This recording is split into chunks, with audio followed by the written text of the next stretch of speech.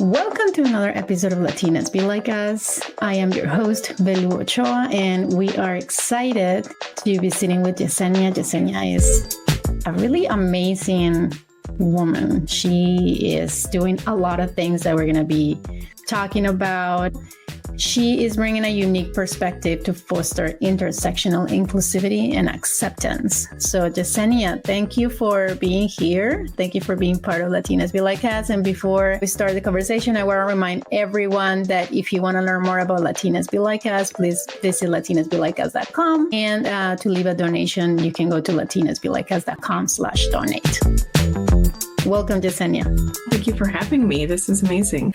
I have my personal business, which is NeuroSpicy Networking. It was something that I've been thinking about doing for quite a while, but I kept putting it off because I wasn't really clear on what exactly I was selling. Like it was going to be a consultancy, but what am I selling? And it just turns out I'm selling me, and I'm still like trying to figure out what my voice is in the way that I sell. I'm not somebody who is a business person or a marketer or what have you. So I'm trying to find people to teach me how to do those things, especially in an anti-capitalist and decolonized way, or essentially doing it in a way that is going to stay true to who I am. But just to give you a rundown of all the things that I do, I have NeuroSpicyNetworking.com, which is my business. I run a community called NeuroSpicy Networking as well. It's on LinkedIn. That's where this first kind of originated, as a LinkedIn group for neurodivergent professionals to find each other and connect and be able to learn how to network in a safe environment and in a neuro-affirming environment.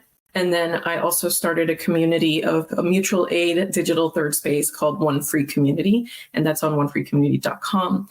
And that also has a TikTok page, or that's where I started doing all of this social justice work. And that's where I met a lot of the people that I collaborate with. So I just love to meet new people and collaborate with people. So all of the projects are born out of conversations that I've had with people that I've met online. And why online? Because of, one, the pandemic, but two, I am immunocompromised. And it's an accessibility thing for me as well. Even if I wasn't immunocompromised, I still need the accessibility of being able to work from home or work remotely, which many people are taking away now. So another reason I started my consultancies. So many different projects I'm on. I could ramble all day, so I'm going to pause and let you lead the conversation, because I feel like I can go on and on, and I don't want to take up the entire conversation just talking about my background. This is what we want to do. So were all those projects or businesses now born around the same time, or how was that thought process of you launching all of those amazing networks and groups that you have created for people that need those spaces?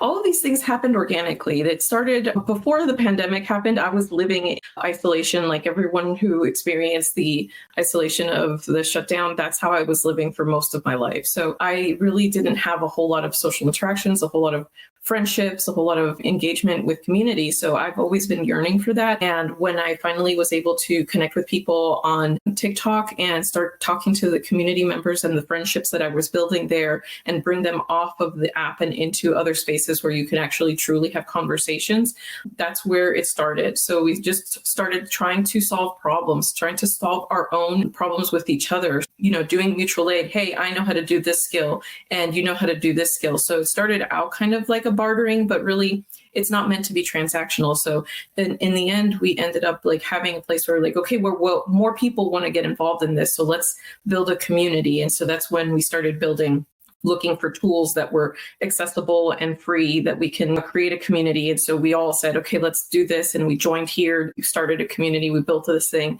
and then we just talk about it. And we have events, specifically for One Free Community, we have events happening all the time. Sometimes we have several events happening in the same day, and it's all entirely volunteer led. It's all community led. And it's really just a place where people make it what they want it to be. So if you come here and you want to organize, if you come here and you want to hang out, if you come here and you want to do arts and crafts, all of those things are possible. And it happens at any time of day. It's an international community. There are people here all the time just hanging out and experiencing life together and getting to feel like they're in community for the first time. So how did this all happen? I think it started around 2020 when everyone jumped on TikTok, one conversation led to another conversation, led to another connection. And they were just all built organically as we started to go. And one of the things that I really enjoy doing is live streaming some of these organizing events and the things that we're doing so that people can see how things are organized, how things are born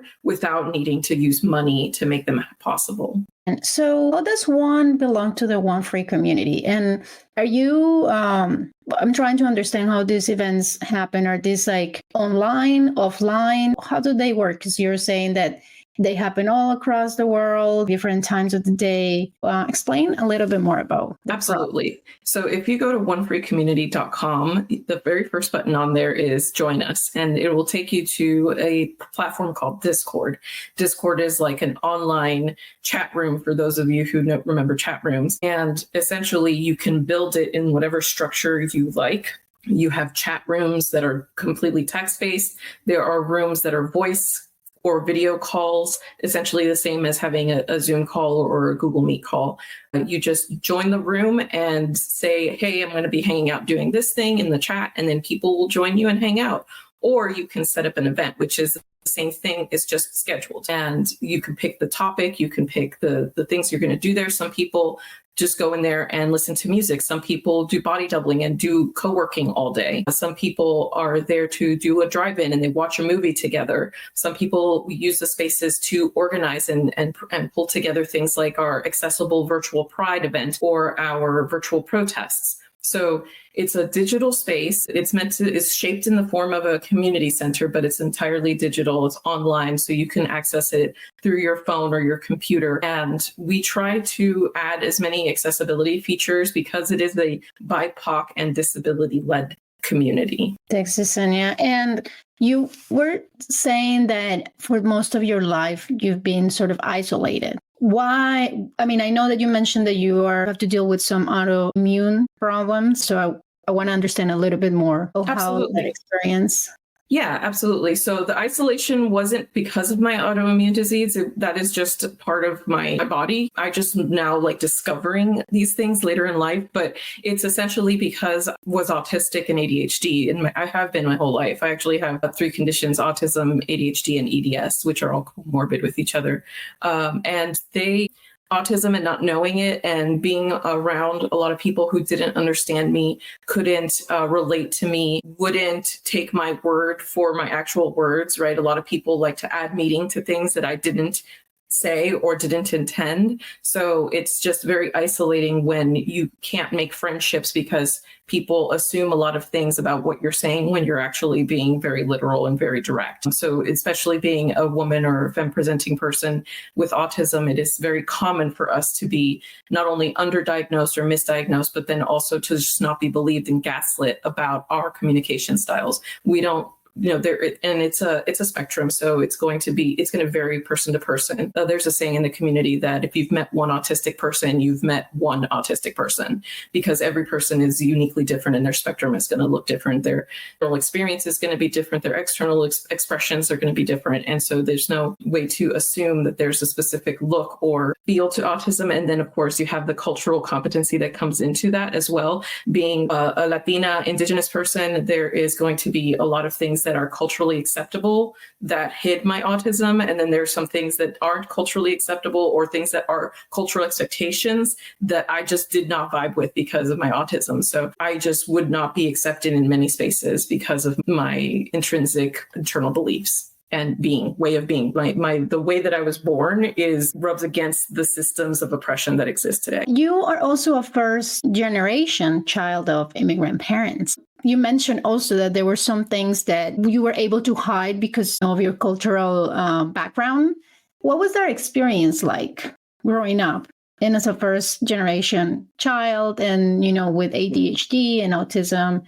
And how has that transition been from being a child to now being an adult and leading a group of people, right? Providing a space for people that are like you or that, that are part of your community. And what have you seen in terms of transformation within that community? The transformation in community is amazing. So they don't have community. They've never had community. They don't know what it's like to be in community, right? There's a lot of throwing people away in the very hyper individualistic culture that we live in. And so learning how to do those things in community is the biggest thing that people are learning by spending time with other people, because they can finally feel like they're in this space that is neuro-affirming.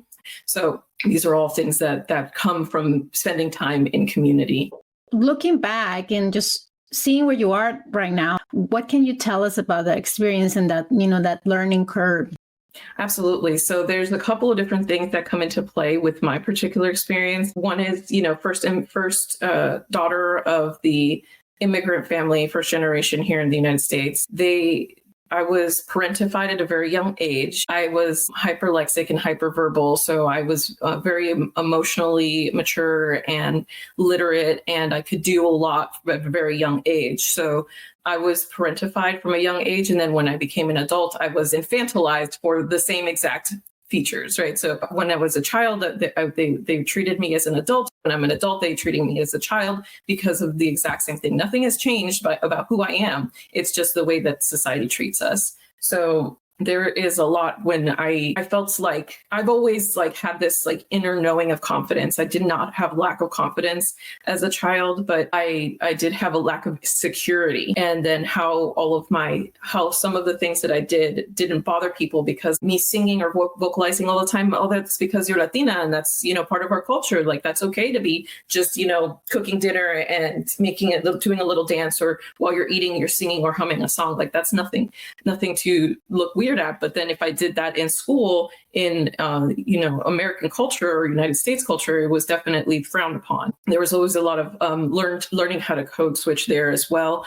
And then of course there's the whole masking my autism, and women and femmes are socialized and raised to behave a certain way, and then you have to deal with the machismo from Hispanic culture and the patriarchy and the misogyny that happens in all of the colonized cultures. All of these things that have been learning from people who've known that they had the diagnosis from an early age versus people who learned recently or recently realized autistic, and the experiences are different, but it wouldn't have made my life any better knowing earlier. It just meant that I would have had the language to understand why, and I could understand the reasoning behind the people mistreating me. Jesenia, so I want to move to the LinkedIn group that you created, and I also want to talk about the working culture and how, specifically for autistic people or people who prefer to or do not mold to the culture to the corporate cultures that exist here in this country. What does it mean to you to have that LinkedIn group, and what have you been able to provide for that community? That's a great question. It is a closed group, so anything that you post there is only going to be seen by people in the group. And that was intentional, because even though more people could, find the group, as it were, if it were open, I don't want people to feel like they can't ask questions about being a person with a neurodiversity in the workplace. So this is a place where people can post jobs, they can share ideas, they can meet each other and network, they can ask questions about how to handle certain situations in the workplace as a neurodiverse professional, and just to have a place to be a neurodiverse person and be like, look at all of these people who are also neurodiverse. Some people can't be open about it, so some people can be. And for myself, I was fired from my last job because I asked for accommodations, and I was working in healthcare tech, where you say that they care about people and they put people first, but they actually don't, right? It's still a capitalist system, and so is all of corporate America, right? It's still a system that is intended to extract from the workers and make the people at the top, the richest people. So it's not going to benefit us to conform to those systems. So we're really only surviving the systems and masking ourselves and hiding who we are in these systems so that we can continue to provide for ourselves and be able to survive in this society. I mean, if you look at me, for example, I have been in healthcare, I have been in science, I have been in tech, and I went from making a 6-figure salary to now about to be homeless because there is just such a huge discrepancy in this country about the way that we care for our people, which is we don't, right? We use people as commodities and capitalize on them. So this is a space for people to feel seen, to feel heard, and hopefully in the future we can talk about working together to support each other and create systems that don't replicate this. So like creating an anti-capitalist business is one of the things that I'm really passionate about because I want to show people that then there are many anti-capitalist businesses already in existence. You can find them all over TikTok, and they are thriving because they actually care about their workers. They actually care about the people that are helping them exist as a business. Jesenia, can I ask you, what kind of accommodations did you request and what were they denied? I'm just trying to understand, Yeah, it's really sad because the ADA doesn't protect you from being discriminated against. It just gives you the ability to sue. So because I am somebody who doesn't have resources and capital and all of these, like an understanding of the systems, because I'm first generation here, I don't have people that I can go and ask like, hey, how do I sue my former employer? And I did reach out to many lawyers and no one took my case because it was too big of a company. And the point is that they didn't, the things that I asked, the company I worked for was already remote. It was already offering like all of the traditional accommodations that I would ask for, but they were doing a lot of very toxic practices, like setting up meetings back to back and not giving people opportunities to have breaks, or, you know, just like simple things that I was asking for, like having an agenda ahead of the meeting or understanding what the meeting is for, just things like that. But it was a lot of toxic work culture. And I even joined the culture team to try to help like figure out what was going on and help them maybe adjust some of these practices. But when it's baked into the way that the system works, it's really hard to make those changes as an individual. It has to be done as a group, as a team, right? And this is why, like, you know, labor laws are being attacked right now because they don't want people to have power in numbers. Yeah, that's right. And also like what you mentioned about you having the capability of suing doesn't mean that you can actually sue because it's a long process. It can be a tedious process, a lot of money invested or, you know, wasted even sometimes. And people who are disabled don't have like we're already more expensive to exist because we need so many extra things to accommodate ourselves.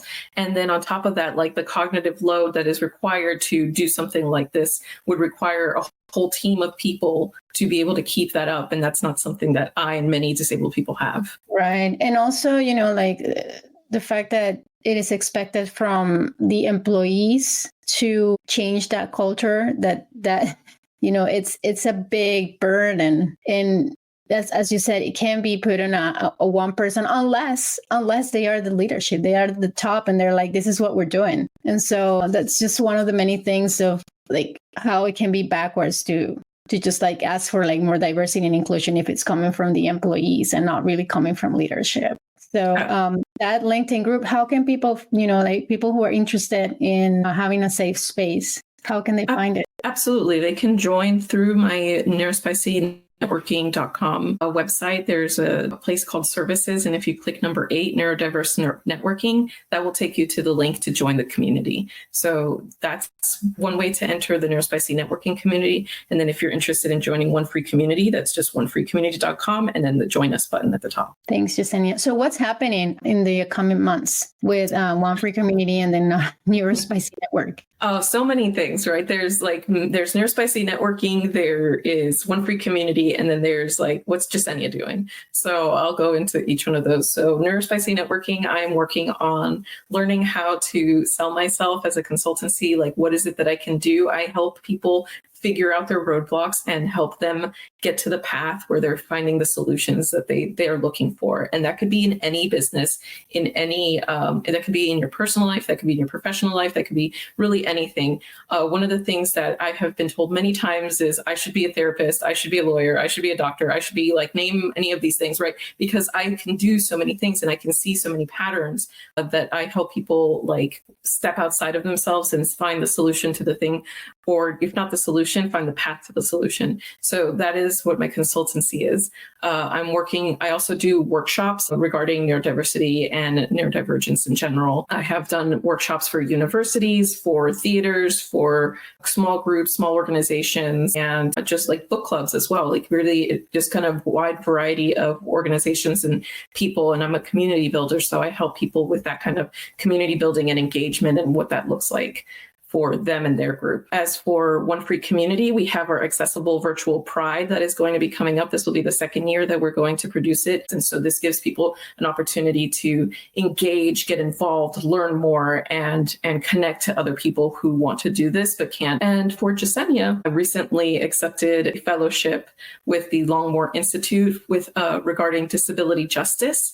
And so I will be doing a month-long cohort with the 2024 cohort of the Emerge Fellowship, and that's going to be in July. So the symposium will be in August, and it will be producing a project and sharing it with the community regarding disability justice and disability scholar activism. And I'm also producing a workshop in Guatemala about reconnecting to indigeneity for neurodiverse professionals. So that's another project that I'm working on, and you can find that on LinkedIn. I will add a link as well on my website. It's called Divergent for Community. So those are some of the upcoming things going on in my life. And of course, I'm always getting approached with lots of collaborative projects all the time. I'm just trying to figure out how to turn them into a way to support myself, because as of right now, I've been working for the last 2 years with no financial stability. So that is part of why I am about to be homeless, but I'm still trucking through and hoping that the